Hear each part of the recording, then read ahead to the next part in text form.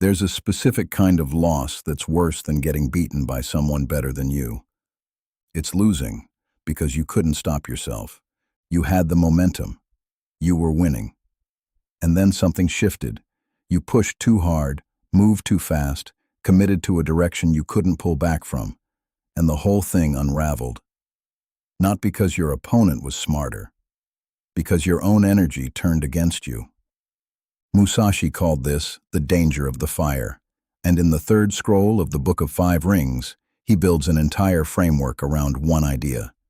In any high-stakes situation, the thing most likely to beat you isn't the person across from you, it's your own unchecked momentum.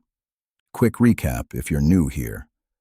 Miyamoto Musashi, 17th-century Japan, 61 duels, never lost. Spent his final years in a cave writing down exactly how he thought. A manual called The Book of Five Rings. Episode 1 was the ground scroll, how to read your situation honestly before you act. Episode 2 was the water scroll, how to stay fluid and responsive under pressure instead of bracing and going rigid.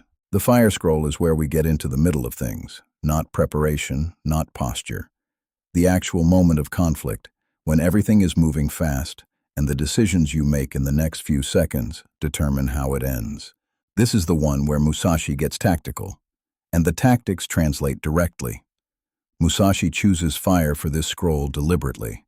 Fire is energy. It moves fast, it spreads, it can dominate a situation almost instantly. But fire without control doesn't win anything. It just burns, including the person holding it. He opens the fire scroll with something that sounds almost counterintuitive, the importance of controlling the pace before the other person does, not moving faster, not hitting harder, controlling the rhythm. Think about how this plays out outside a duel. In a negotiation, the person who controls the pace, who decides when things slow down, when they speed up, when silence gets held a beat longer than comfortable, that person has more power than the one with the better initial position. In a difficult conversation, the person who gets pulled into the other person's emotional rhythm, who reacts rather than responds, has already given something up before a single word lands. Musashi's point is that the rhythm of any conflict is itself a weapon, and most people never think to pick it up. Musashi breaks down several specific ideas in this scroll. 3 of them translate hardest into everyday life. The first he calls to move the shadow. If you don't know what someone is planning, what they're really after, what they're about to do, the way to find out is to make them react. Apply a little pressure. Change your position. Do something unexpected. Not to attack, but to see what moves. People reveal their intentions when they're responding, not when they're composed and prepared.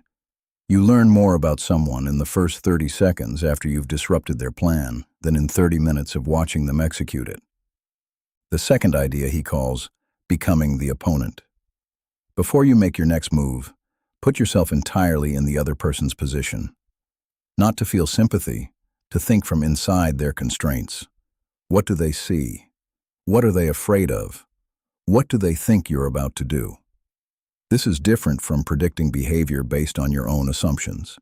It's genuinely trying to inhabit their perspective, so your next move accounts for what they'll actually do, rather than what you imagine they'll do. The gap between those two things is where most plans fall apart. The third, and the one that's hardest to hold on to in the moment, he calls knowing collapse. Every situation, every opponent, every plan has a point where it's structurally vulnerable, not always obvious. But there's always a moment when things are starting to come apart. Momentum is stalling, confidence is cracking, the original strategy is quietly failing.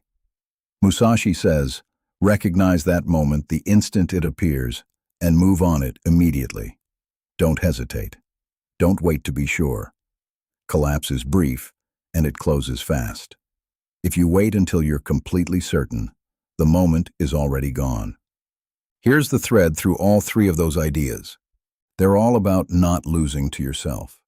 Move the shadow is about not acting on assumptions, not letting your own mental picture of the situation beat you before reality has a chance to show you what's actually there. Becoming the opponent is about not letting your own perspective blind you, not being so locked in your own vantage point that you're essentially fighting a version of the situation that only exists in your head. Knowing collapse is about not letting your own hesitation beat you, not waiting so long for certainty that the window closes while you're still deciding. In each case, the danger isn't the opponent. It's what you do to yourself, the assumptions you make, the perspective you won't leave, the action you delay too long. Musashi had a phrase he returned to throughout the Book of Five Rings: "Do not let your enemy see your mind." But the Fire Scroll adds something to that. It's not just about concealing yourself from the other person. It's about not letting your own unexamined mind run the situation without you noticing. Most of us have lost something: a deal, an argument, an opportunity, a relationship. And when we're honest about it, the loss wasn't really about the other side. We assumed instead of checked. We stayed in our own perspective instead of genuinely considering theirs. We hesitated at the exact moment when moving would have changed everything. Musashi's Fire Scroll is a direct challenge to those habits.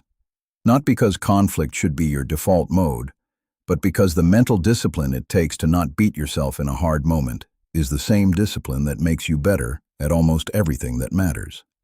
3 things worth carrying out of this one. Before your next hard situation, check what you're assuming versus what you actually know. In the middle of it, try to see it from inside their position, not just yours. And when you see something starting to collapse, move. Don't wait to be certain. Certainty comes after the moment, not before it. Next time, we go into the Wind Scroll, where Musashi stops talking about his own strategy and turns his attention to everyone else's. He's going to tell you exactly what's wrong with how most people think about mastery and why studying other approaches is just as important as developing your own. See you in the next scroll.